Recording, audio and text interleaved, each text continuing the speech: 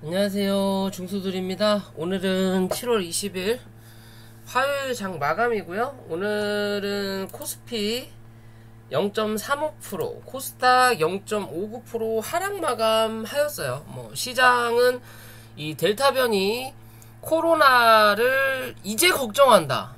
이제 걱정한다라는 거죠. 우리는 언제? 요때부터 이미 처맞았어요. 근데 처맞았던 거를 실제적으로 우리나라만의 악재이기 때문에 대외적으로 크게 문제가 없어서 주가를 끌어올렸다라는 거고 빠르게 회복을 했다라는 거죠. 왜? 일부러 누른 자리니까. 그죠?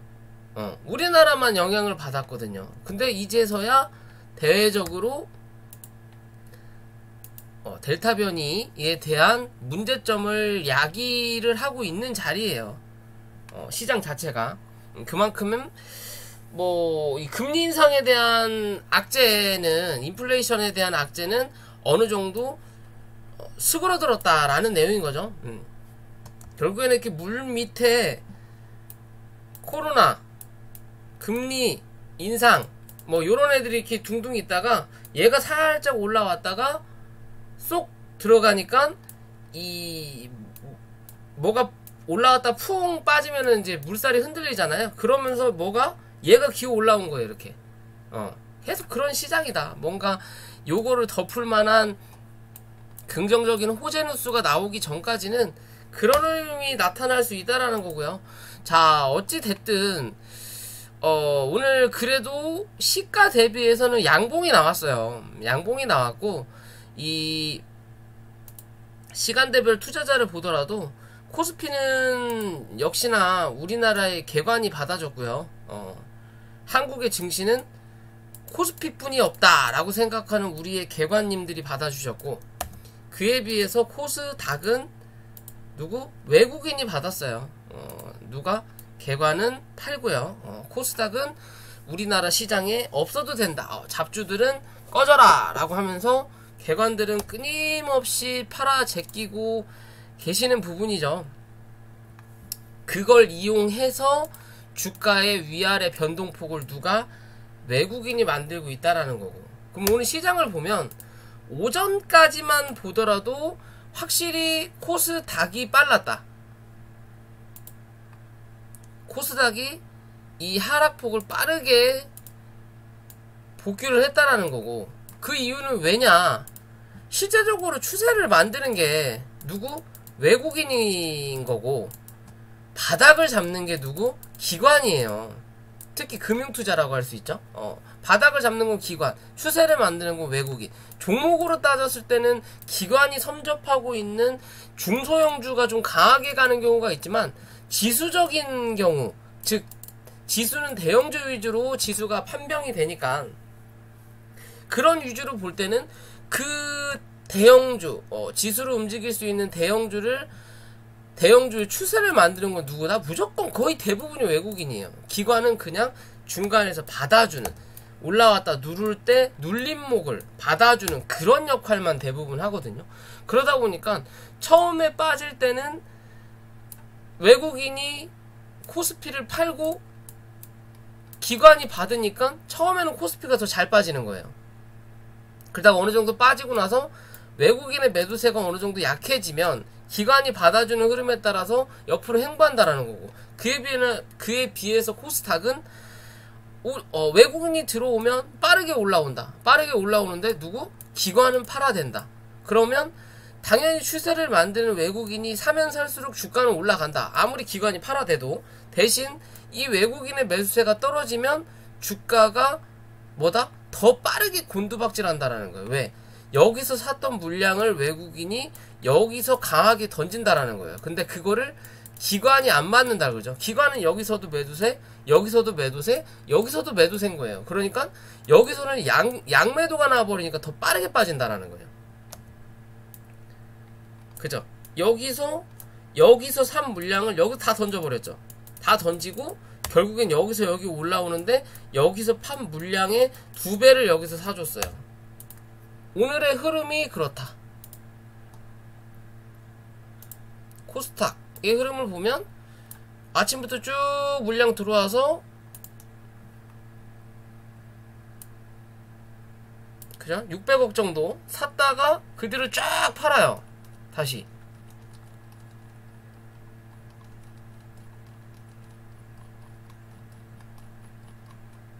그죠? 1시 넘어가니까 쫙 팔아버려요.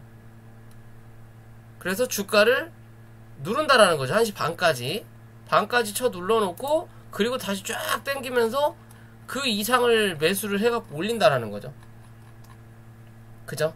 거기에 우리 개관님들은 끊임없이 팔아주시고 뭐 그런 흐름으로 주가를 만들어 놓는데요.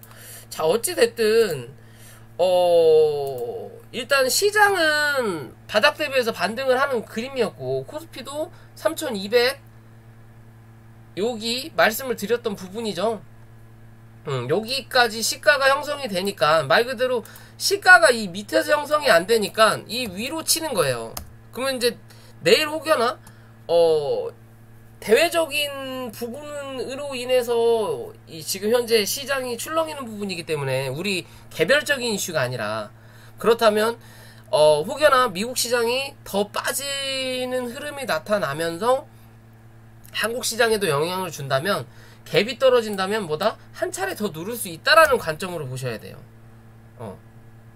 일단은 지지할 수 있는 역할의 모양은 만들었지만 그게 중요하지 않다라는 거죠. 왜? 우리나라 시장만으로 움직이는 시장이 아니다. 결국엔 대외적인 부분에 대한 영향을 받아야 되기 때문에 어찌됐든 여기 뭐 이게 갭이 3190포인트 밑에서 시작되지는 않을 거니까 어찌됐든 이 3220포인트 밑에서 혹시나 시가가 형성되면 3190포인트까지는 또 열어놓아야 된다. 이해되시죠? 열어놔야 되는 거고 위로 올라가는 자리는 3250포인트를 넘기느냐 못 넘기느냐의 관점이다. 넘어가야 뭐다? 또 한번 3290까지 올려다 놓을 수 있다라는 거고 그에 비해서 코스닥은 여기에 대한 박스권이라고 그냥 생각하고 보자라고 말씀을 드렸죠. 요런 그림이다라고 보자라고 말씀드렸고 오늘의 흐름을 보면 거래가 강하게 들어오진 않고 있어요. 강하게 들어오진 않고 있기 때문에 최근에 나왔던 요 몸통 자리에서 오늘 위아래 꼬리를 만들어 준 거예요. 하방 찍고 버텨주니까 위로 상방. 근데 상방 찍고 못 넘어가니까 눌리는 거죠. 왜? 거래가 적으니까. 그럼 여기 자리는 한 번 더 확인했다라는 거고. 그러면 이제 이 자리에서 혹여나 한 번 더 밀리는 그림, 혹은 갭이 밑으로 떨어진다면 그 다음 기술적으로나마 반등할 수 있는 자리는 1028포인트 정도. 1025포인트까지 열어놓으면 된다라고 보시면 되고요. 마지노선은 여기로 생각하시면 될 것 같아요. 1020포인트. 정말 재수없이 대외적으로 말도 안 되게 또 처음 인다면 또 원래 자리로 돌아온다. 기존에 요 자리 한번 말씀드렸죠. 여기는 이탈 안 할 확률이 높다라고. 그쵸? 여기. 근데 웬만하면 이번엔 저점을 요 밑으로 한 번 더 내리는 저점을 만들어 놓으면 주가가 눌렀다가 다시 올라오면서 고점을 못 넘기면은 이제 하방 압력을 받거든요. 그렇기 때문에 여기에 대한 추세는 깨졌고 여기에 대한 추세는 만들어 놓을 수 있게끔 저점은 올라가는 그림은 나타나야 돼요. 지수가 빠지더라도 저점은 올라가는 그림을 만들어 줘야 뭐다? 추세는 한 번 더 상방으로 때려줄 수 있다 라고만 생각하시면 될 것 같습니다. 뭐 지수는 계속 말씀드리긴 부분이니까 뭐 큰 차이는 없으니까요. 그렇게 보시면 될 것 같고요. 자, 오늘은 서린바이오가 좀 움직였죠.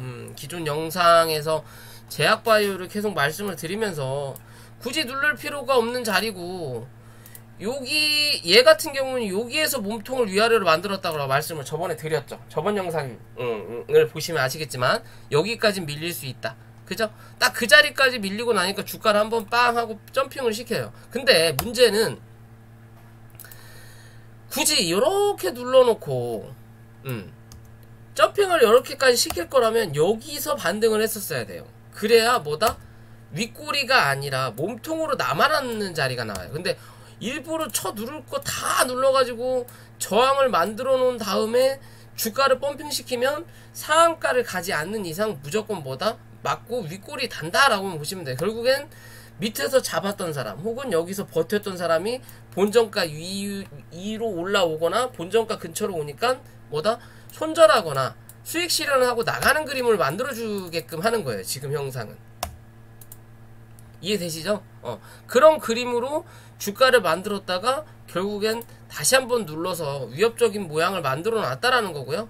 어찌됐든 21,500원만 다시 한번 이탈하지 않는 그림을 만들어내야 되는 거고, 이래나 저래나 어찌됐든 간에 주가가 끊임없이 하락하던 이 추세를 다시 한번 이 추세 안으로 기어 들어왔지만 그래도 일부러 떨어지는 자리를 강하게 거래량을 한번 만들면서 옆으로 횡보하는 시간을 조금 뭐다? 거래량으로 그러니까 돈을 써서 옆으로 횡보할 시간을 조금 벌었다라는 거예요. 결론은 벌었다. 즉 여기에 대한 추세의 이 중간값 정도, 여기죠. 여기 중간값 정도가 22,500원이에요. 실제적인 거는. 길게 보면 21,500원. 지금의 자리에서 22,500원을 이탈하냐 안 하냐의 관점이에요. 이제는 뭐다? 옆으로 횡보하는 자리를 조금 나타내든 아니면 다시 한번 반등을 하는 그림을 만들어줘야 된다. 하락하면 뭐다? 별 볼 일 없다라는 거죠. 누군가 털고 나갔다라는 관점인데 굳이 이 자리에서 털 필요가 있냐. 여기에 대한 박스가 여기 있고 털 거는 여기서 다 털고 나가야지. 미쳤다고 굳이 요만큼을 쳐 밀어놓고 이 박스가 들어가기 전에서 야 이건 좀 부담스럽다 싶으니까 그냥 다시 누른 자리예요. 그죠? 결국은 다시 누른 자리예요. 단기적인 수급이나 혹은 겁에 질린 개인들 털고 나가라고 누르는 자리다 라고만 보시면 될 것 같아요. 어찌됐든 조금 더 일단 지켜보자. 여기서 끝날 자리는 아닌데 이제 월봉이 다음 주 정도면 만들죠. 그 안에 조금 더 몸통을 만들어 놓고 끝나야 그 다음 달도 조금 더 기대해 볼 수 있는 자리는 분명히 나온다 라는 것과, 어찌됐든 주가를 눌렀지만 큰 추세는 아직은 이탈하지 않았다 라는 관점으로만 조금 지켜볼 필요 있다라는 거. 그리고 녹십자 뎁셀이 오늘 좀 많이 빠졌죠. 시장 지수를 누르려고 선택한 게 얘 같더라고요. 신풍제약은 이미 쳐 눌러놔가지고 더 이상 누를 자리가 없으니까 그 안에서만 번덩번덩 거리는 거고, 얘를 좀 강하게 눌렀어요. 강하게 누르고 실제적으로 뭐 녹십자 셀과 합병한다 그러면서 뭐 세포치료제 좀 더 뭐라 그럴까요? 품격 있는 연구를 하겠다라는 내용 같은데요. 어차피 지들끼리 그냥 합병한다라는 소리죠. 결론적인 거는 뭔가 대부분 자회사를 만드는 게 이 세금적인 부분을 좀 이렇게 뭐라 그럴까요? 포장하기 위해서 자회사를 대부분 많이 만들어요. 하나로 하면은 거기 매출이 너무 세지고 영업이익이든 뭐든 그게 나눠져 버리면 문제가 되니까 그거를 자회사로 나눴던 거를 또 하나 정도로 이제 붙인다라는 내용인데, 그래도 다행인 건 글쎄요. 조금 반반인데, 그런 합병의 누수가 여기서 나오진 않았다라는 거. 여기서 나오진 않았다라는 거고, 조금 다른 관점으로 본다면 그 합병의 누수가 나왔어도 현재 주가는 어디? 고점 대비해서 중간 정도 빠진 가격이라는 거. 그죠? 이게 반반의 자리인 거예요. 여기서 더 가면 자회사가 앞으로 좀 더, 자회사가 아니라 합병 흡수를 하면서 이 회사가 조금 더 안정적이고 더 좋아진다 라는 관점과, 합병을 했으니까 주가를 한 번 더 눌러서 물량을 모아놓고 다시 갈 거냐, 그런 생각으로도 볼 수 있거든요. 그죠? 에이티원이었나요? 에이트원 뭐지? 아, A2는 저거고, 아, A루트네요. 얘 같은 경우도 제가 말씀드렸었죠. 이렇게 하면서 이거 대주주 지분 늘리든지 그런 짓 하려고 일부러 누르는 그림이다. 어쩌고저쩌고 하고 나서 점상으로 가고 있어요. 뭐 사지도 못하게끔. 나쁜 새끼들.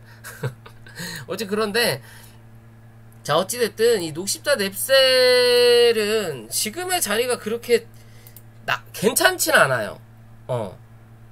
괜찮진 않지만 글쎄 조금 애매해요.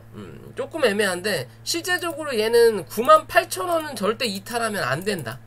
이 자리 이탈하면 뭐다? 정말로 아까 말씀드렸던 부분의 후자로 조금 더 모아서 회사가 이제 합병했고 조금 더 모아서 갈게요 라는 개념으로 종목을 바라볼 수 있는 자리가 나온다라는 거예요. 98,000원.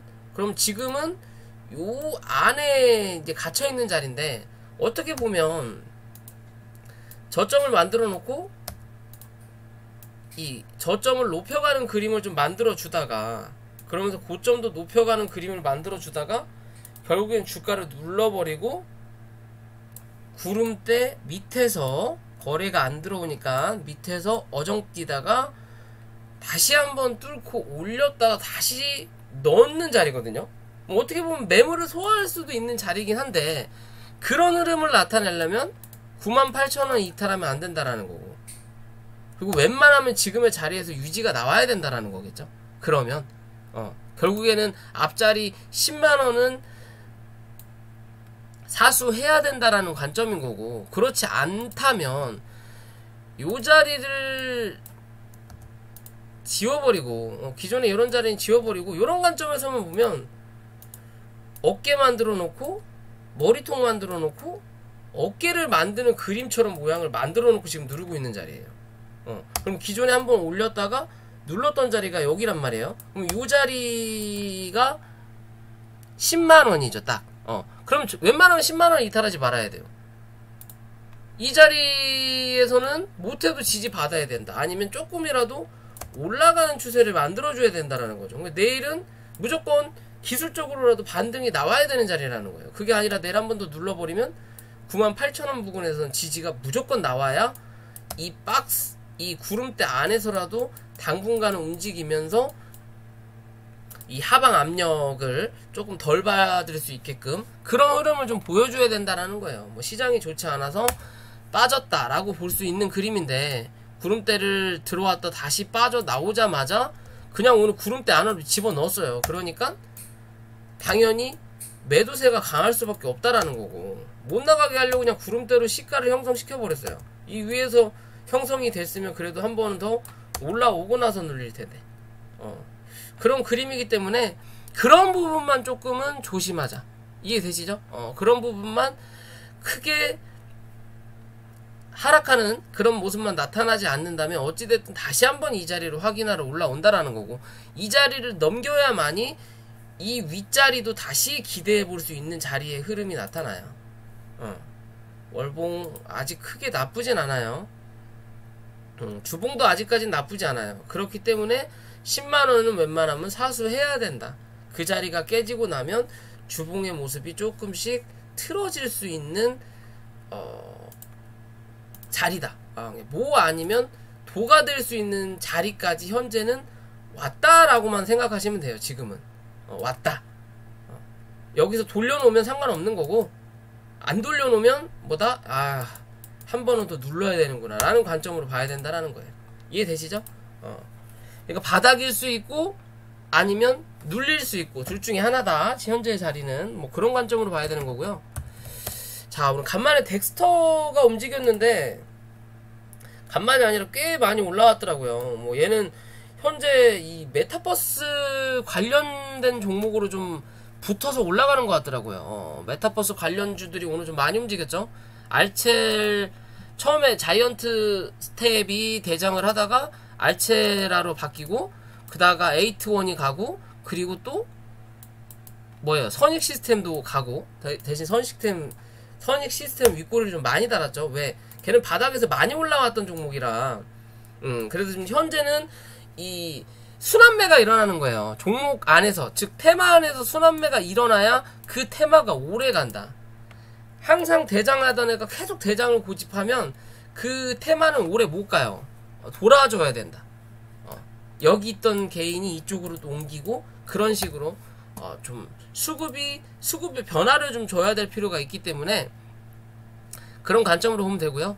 자, 어찌됐든 덱스터가 좀 양기 있는 종목이에요. 얘는 주포 자체가 양기가 있는 종목이고 뭐 영화 산업 관련 또 넷플릭스 OTT 관련된 종목이기도 하고요. 최근에 뭐 OTT 관련해서 사만 네트워크스도 어제는 한 번도 올라왔었죠. 그때는 크게 반응을 못했고 이 메타버스로 좀 움직이는 흐름인데 전체적인 흐름을 보면 기존의 모양으로 보면 여기에 큰 하나의 박스권이었어요. 박스권 그리고 또 하나의 요만큼의 박스권이 나타나는데 여기에 대한 중간값이 하락을 한번 만들어줬던 자리인 거고 그럼 이 박스권에 또 중간값을 그어보면 요런 흐름이라는 거죠. 그죠? 그럼 이 자리를 이제 확인을 했어요. 그럼 지금 자리 얘도 뭐다? 뭐 아니면 도라는 거죠. 여기서 뚫고 올라와서 지지받고 빠르게 한 번 더 칠 거냐 아니면 눌렀다가 조금 더 시간을 즉 여기에 대한 매물을 어느 정도 소화하고 나서 그 다음에 갈 거냐 바로 갈 거냐 눌렀다 갈 거냐 그런 관점이에요. 이해되시죠? 바로 갈 거냐 눌렀다 갈 거냐의 관점으로 좀 바라볼 필요가 있는 종목 중에 하나다. 아이고.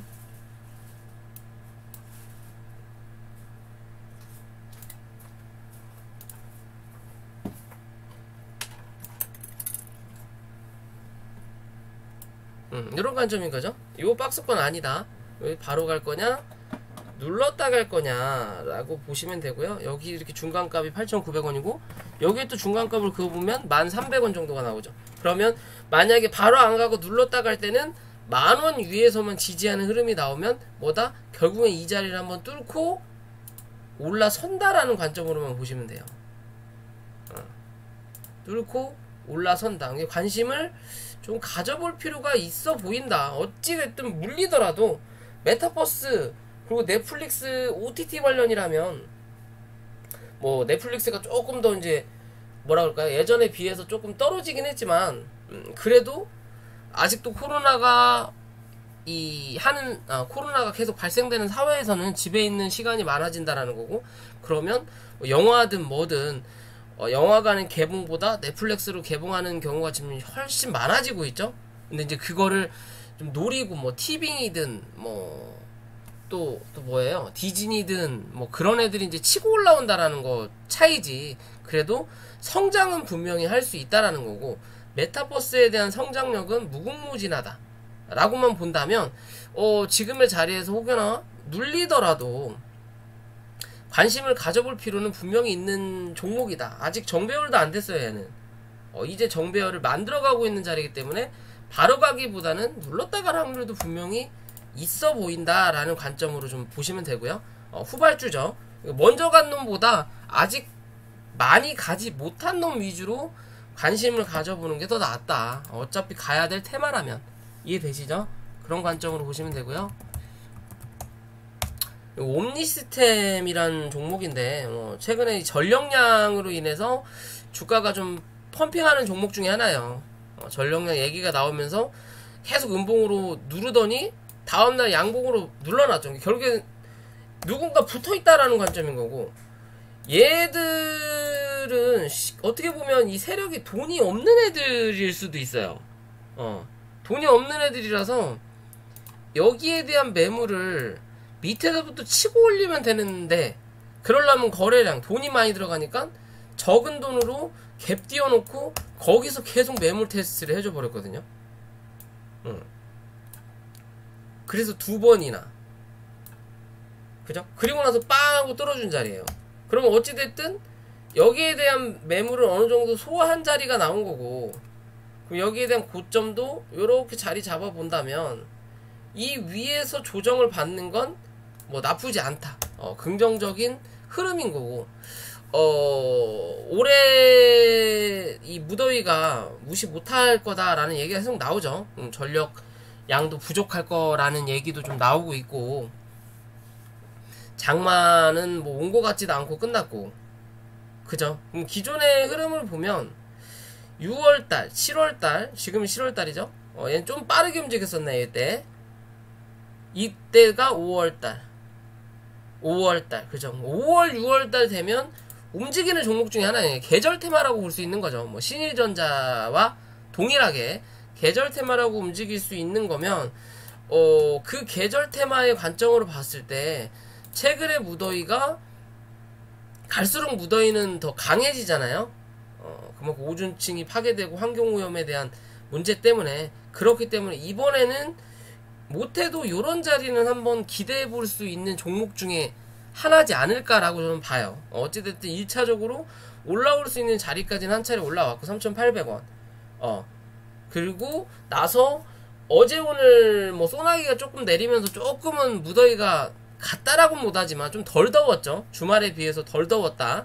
그러면 이 현재의 관점에서 3,100원까지는 열려있지만 3,400원 부근, 3,350원 부근만 얘는 이탈하지 않는 흐름이라면 올 여름 안짝으로 이 4,500원대도 한번 기대해 볼 수 있는 종목이다. 거기에 대한 중간값만 그어도 한 4,200원, 1차 4,200원, 2차로 4,500원까지도 관심 가져볼 만한 종목 중에 하나지 않을까라고 좀 생각해봐요, 저는. 얘도 조금 더 기대해 볼 수 있어 보인다라고 보시면 되고요. 간만에 장원테크가 최근에 움직임이 나타나고 있거든요. 얘도 작전주였죠. 요때 작전 테마 세력주인지는 알았지만 요렇게까지 갈 줄은 몰라서 결국엔 여기서 예전에 털어먹고 저는 빠졌던 종목인데 요때 세력주라고 말씀을 저희 예전 회원님들한테 말씀드렸는데 그 뒤로는 안 봤어요. 그리고 나서 주가가 끝을 봤고 동전까지 갔다가 최근에 올라오는데 이 장원테크를 VR 관련주 어떻게 보면 메타버스 관련주로 엮어놨어요. 근데 이런 종목을 장기 투자 관점으로 보는 건 조금 무리고요. 말 그대로 단기적인 관점에서 이슈 형성을 한번 할 수 있다. 뭐 헤드셋 VR, AR 헤드셋 관련해서 올라왔다라는 거고, 그러면 그런 관점에서 기존의 저점 자리로 확인해보면 오늘의 종가 부분이 1차적인 저점, 여기서 한 차례 빵 하고 올렸다가 다시 한번 눌렀던 자리가 여기 6,100원대가 나오는 거고 그 위가 7,250원대가 나오네요. 그러면 현재의 관점에서 보면요, 그래, 관점에서 보면 요렇게 하나 그리고 요렇게 하나가 있다 라고 볼 수 있을 것 같아요. 그러면 여기서 요렇게 또 하나 그어보면, 요렇게 그어보면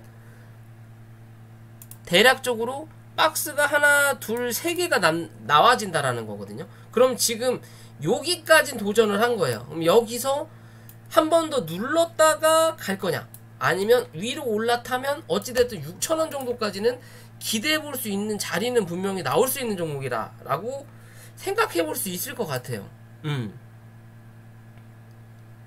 1차적인 어차피 구름대도 벗어났고 다시 한번 눌린다면 5,000원, 4,950원까지는 열어놓고 대응을 하셔야 되는 거고요. 밑으로 10%, 위로 20% 생각하시면 될 것 같아요. 이 종목의 기준을 잡았을 때 6,000원 부근까지는 한 번 정도, 6,000원을 넘기면 뭐 7,000원대도 기대해 볼 수는 있겠는데 그러기엔 조금 걱정스러운 종목이다 라는 관점으로만 보시면 돼요. 걱정스러운 종목이다, 오래 끌고 갈 만한 종목은 아니다 라고 보시면 돼요. 언제 얘는 상장 폐지 될지 몰라요. 요런 차트는 언제 상장 폐지 될지 모른다. 대신 그런 상장 폐지의 위험 요소만 사라진다면, 회사가 어느 정도 실적이든 뭐든 좀 나아진다면 무섭게 갈 수 있는 종목 중에 하나가 될 수도 있다라는 관점으로 좀 바라보셔라. 얘는 뭐 대응이 되실 수 있는 분들만 꼭 하셔라.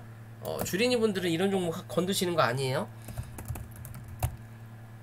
그 한국전자인증이란 종목, 뭐 토스 관련주라고 하더라고요. 뭐 예전에는 이 공인인증서 관련도 했지만 현재는 토스 관련주라고 하고요. 토스가 주식시장에도 발을 넓혔죠. 어떻게 보면 제2의 카카오의 모양을 좀 만들려고 하고 있는 것 같아요. 토스가 카카오뱅크 같은 역할도 하고 있고, 카카오 주식이 나온 것처럼 그 뒤를 좀 계속 따라다닌다. 그렇다고 해서 뭐 많은 사람들이 어플만 깔아놓고 이용은 많이 안 하는 것 같은데, 저도 어플만 있어요. 이용은 많이 안 하는 것 같긴 하지만 그래도 서서히 비중을 늘려가고 있는 부분인 거고, 최근의 흐름으로 봤을 때 이 12,000원대 기존의 고점이죠. 어떻게 보면 세 번의 고점을 때린 거고 다시 눌리는 자리에서 현재 버티고 있는 그림이에요. 그럼 이번에 한 번 더 네 번째 때리고 눌리든 아니면 뚫고 올라가든 둘 중에 하나가 나올 수 있는 거고, 거래가 들어오지 않는 부분에 대해서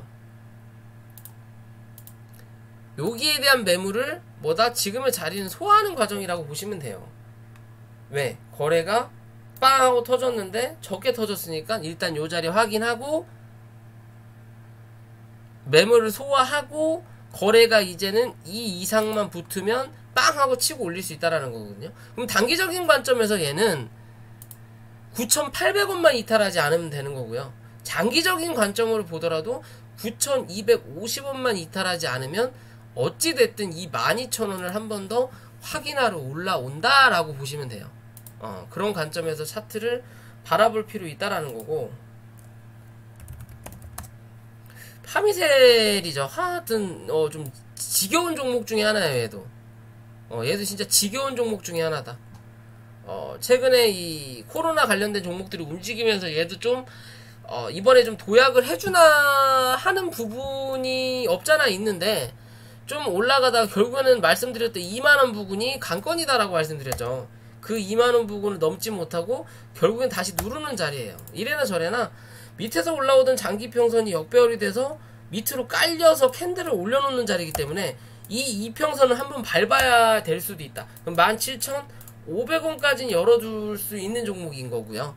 이 자리만 이탈하지 않는다면 당분간은 조금 더 홀딩 해볼 수 있다. 홀딩 해볼 수 있다. 이래나 저래나 얘도 한번 뽑아낼 때가 되긴 했어요. 굳이 이 자리에서 또 한번 누를 거라면 모달로 이렇게 쳐 올릴까 라는 생각이거든요. 저는 하나하나씩 이제는 베껴 가야 된다라는 거예요. 여기 한 차례 베꼈으니까 여기 한 차례 베껴야 된다라는 거고, 이런 식으로 하나하나씩 베껴 가면서 올려놔야 된다. 언제까지 시간을 계속 끌면 주가는 결국에는 이도저도 못 해보고 주저앉을 수밖에 없는 관점으로 봐야 돼요. 이것도 아니고 저것도 아니고. 이해되시죠?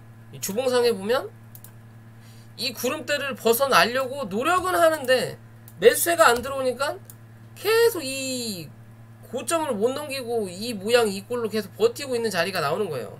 그러면 여기서 뚫고 올라와서 빵 쳐주고 고점 한번 만들어 놓고 다시 이렇게 눌리는 그림을 만들어 줄 거냐, 아니면 요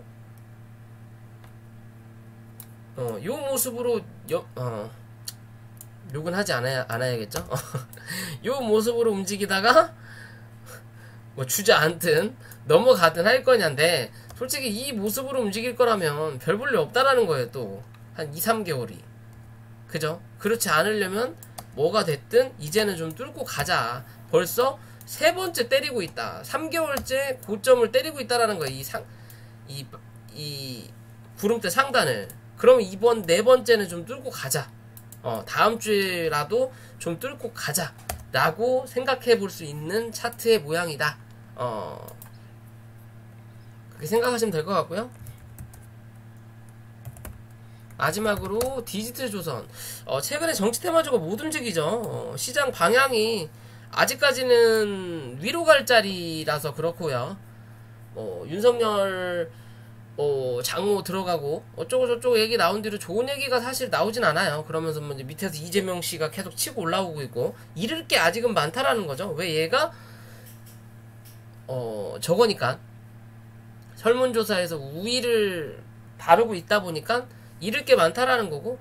자, 어찌 됐든요, 기존의 주가를 한번 눌러놓고 주가 누를 때 요 자리에서 제가 영상 한번 찍었죠. 뭐다? 3,900원까지 열어놓고 대응하셔야 된다라고 말씀을 드렸던 자리예요. 왜? 실제적으로 여기서부터 빵 하고 쳤으니까 여기는 그대로 다 반납시킬 수 있다라는 관점이에요. 그러면 즉 이 자리까지 반납시키고 나서 여기서 이제는 바로 움직일 거냐? 움직일 거냐? 어떻게? 당분간은 이 안에 박스권으로 바로는 못 가요. 박스권 안에서 움직일 거냐? 그게 아니라면 자기네들이 손해 보더라도 한 번 더 눌러서 물량을 매집할 시간을 조금 더 가질 거냐의 관점이에요. 왜? 어찌됐든 여기서 빵 하면서 누군가는 기어 나갔고 누군가는 여기서 기어 들어왔다라는 거거든요. 분명히 손바뀜은 있었던 것 같다라는 생각이에요. 그러면서 누르면서 어느 정도 물량을 모으긴 했는데 여기서 끝이냐? 아니 한 번 더 눌렀다 갈 거냐의 관점은 얘는 지금의 부분에서는 요렇게 여기 기준으로만 생각하시면 돼요. 제가 보는 관점은 요 음봉이 중심봉이 될 거다. 여기가 중심봉이다. 즉 시장이 어쨌거나 혹은 뭐 악재가 계속 발생하거나 라고 하더라도 요 자리까지는 한 번 더 누를 수 있다. 3,500원대까지 누를 수도 있다. 대신 이 자리까지 눌렀다 갈 거냐 아니면 그냥 갈 거냐 얘 기준인 거고, 그러면 요 자리 기준으로 했을 때 여기가 바닥이고 여기에 대한 고점이 여기 있고 여기에 대한 중간값이 3,750원 정도가 나온다라는 거죠. 그죠? 그러면 요거 그냥 지우고 요런 관점에서만 지켜보시면 된다.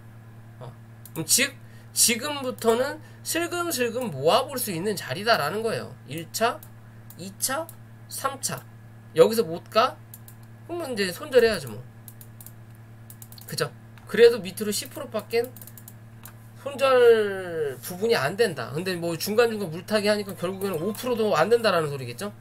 그죠? 그런 관점에서 좀 바라볼 필요가 있는 부분이다. 어찌됐든 고점을 만들어 놓고 여기서 갭을 만들었기 때문에 언젠가는 이 자리는 한번 매꾸로 올라올 확률이 높다.